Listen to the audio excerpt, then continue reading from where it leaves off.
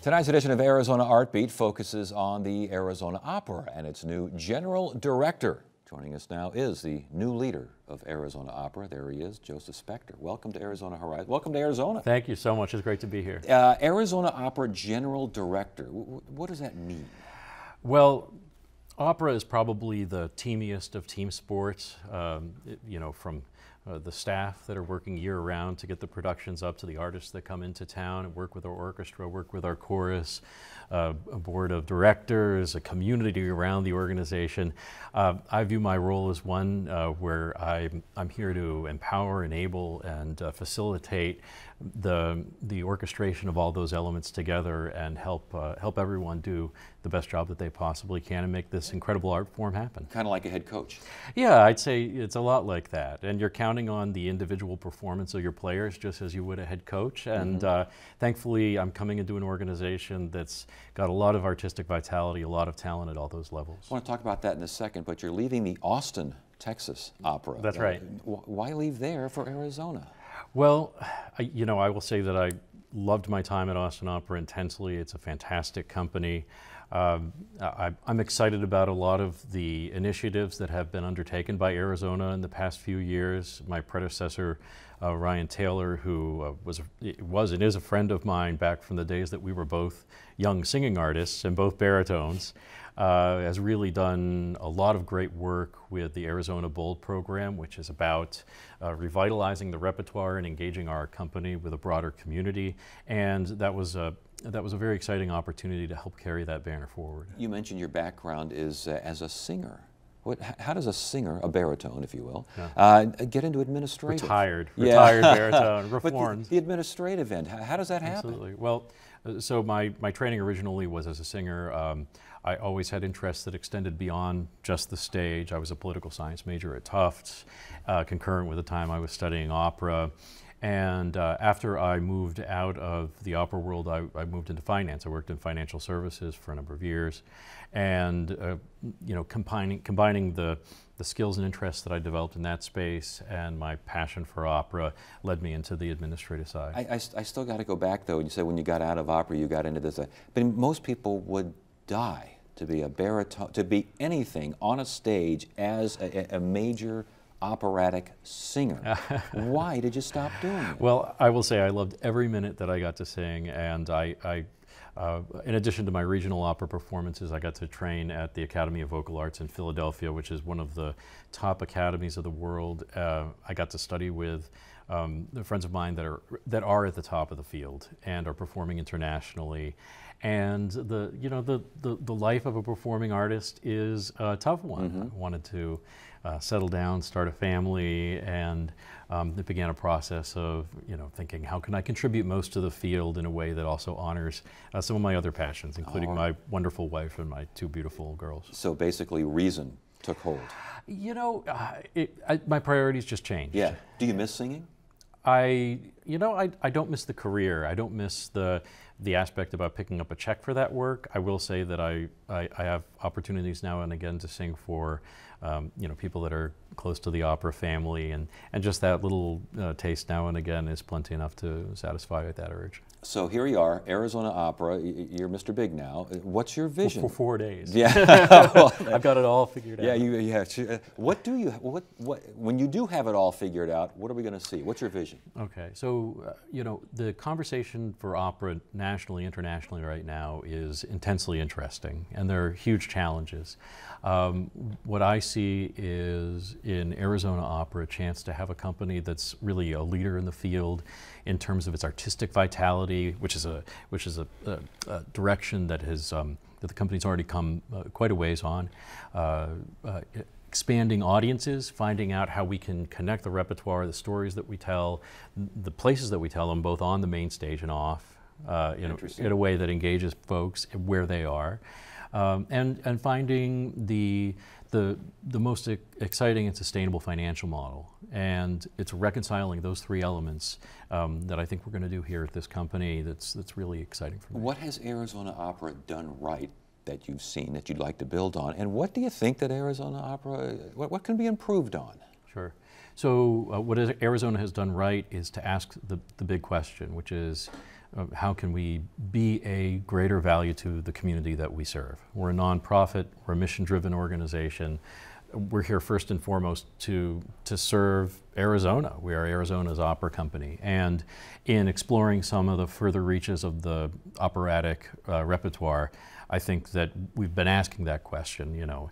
And now we can look back at the last couple of years during the time that we have been in that expansion and trying to cast a bigger net and say what programs have worked, what programs haven't worked, where can we make adjustments.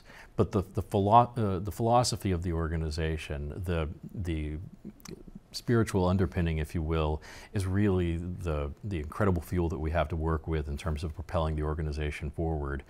So the questions are right, and we'll keep working on the answers. Interesting. All right, so what I'm hearing is want to keep traditional, but want to get edgy a little bit as well. That's You right. need to widen the tent, you know, bring in more folk. How do you get edgy? How do you do something different and not lose the traditionalists? Well, I think the way to address that question is the different products that we put on the stage are educational programs, free program that we might do on the streets. Each of these different types of efforts attract different audiences, and you know, will the work of Puccini, of Verdi, of Mozart be an essential part of what we do? Almost certainly, almost always. In every season, you're going to see the masters represented, the beloved repertoire that brings audiences, regardless of their exposure to opera historically, to our theater.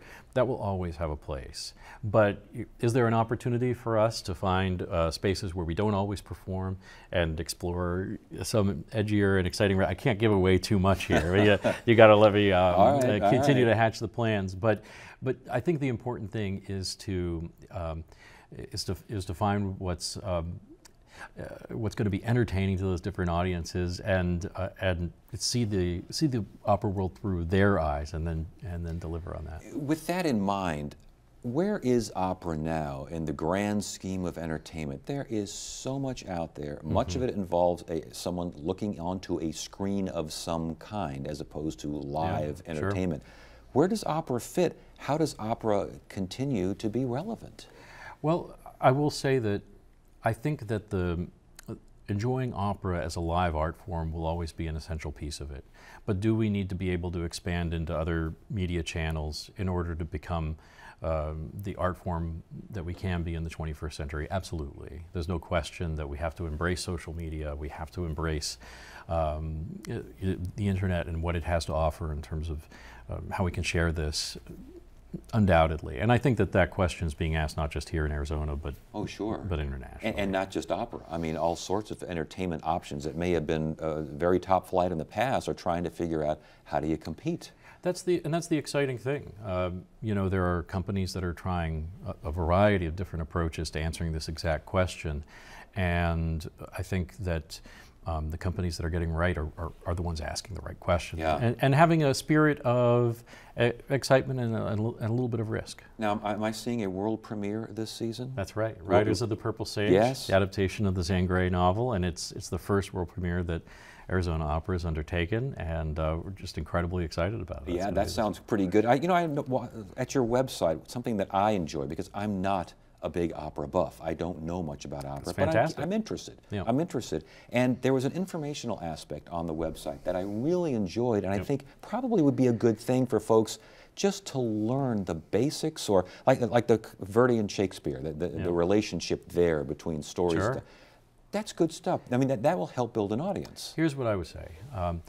It's our job to create something that's exciting no matter what your level of information is. And when you dig into it, when you come to our website, you read a synopsis, you find out about our artistic creative team, that's only an opportunity for you to get more detail and more excitement around it. But what I want to promise to the people of Arizona is that Arizona Opera is a brand. We are always going to deliver an exciting and wonderful experience. And whether you're a first timer or whether you're fluent in Italian, you've been going to opera all your life, that's our promise to the community. And they still have the subtitles up there at the top of the screen. That's right. That's super titles. No matter It doesn't matter how you dress. Yes. We have inexpensive Yes. tickets. We're going to have the translations there. Thank goodness, because I went through a ring cycle once, and I was like, Good for oh, you. yeah, well, we'll see if that's good for me. Good I'm for still you. recovering. It's been about 10 years. All right, last thing. Is there a book? Is there something for those like me and others who are watching right now go, I just wish I knew more about opera? And Sure. I wouldn't mind going, but I don't want to go in like a complete nincompoop. Sure, Is there a sure. book out there that you would recommend? You know, there's almost an unlimited number of resources where you can learn sort of Opera 101, and you can Google and you can Amazon, you can do all that kind of thing. But one of the wonderful things that has happened in this digital age that we're in is that if you're going to go see a show, you can find digital, footage of some of the greatest singers of all time when you're looking at a piece like Rusalka, Madame Butterfly, Cenerentola, Cinderella, which we're performing in the spring. That's the thing that's going to ignite your imagination. That's the connection to the web as well. Absolutely. All right. Congratulations. Welcome Thank to you so Arizona, much. and good luck. I appreciate you having me. Thank All you so right, much. thank you for being here. We Okay. appreciate it. Thank you. And that is it for now. I'm Ted Simons. Thank you so much for joining us. You have a great evening.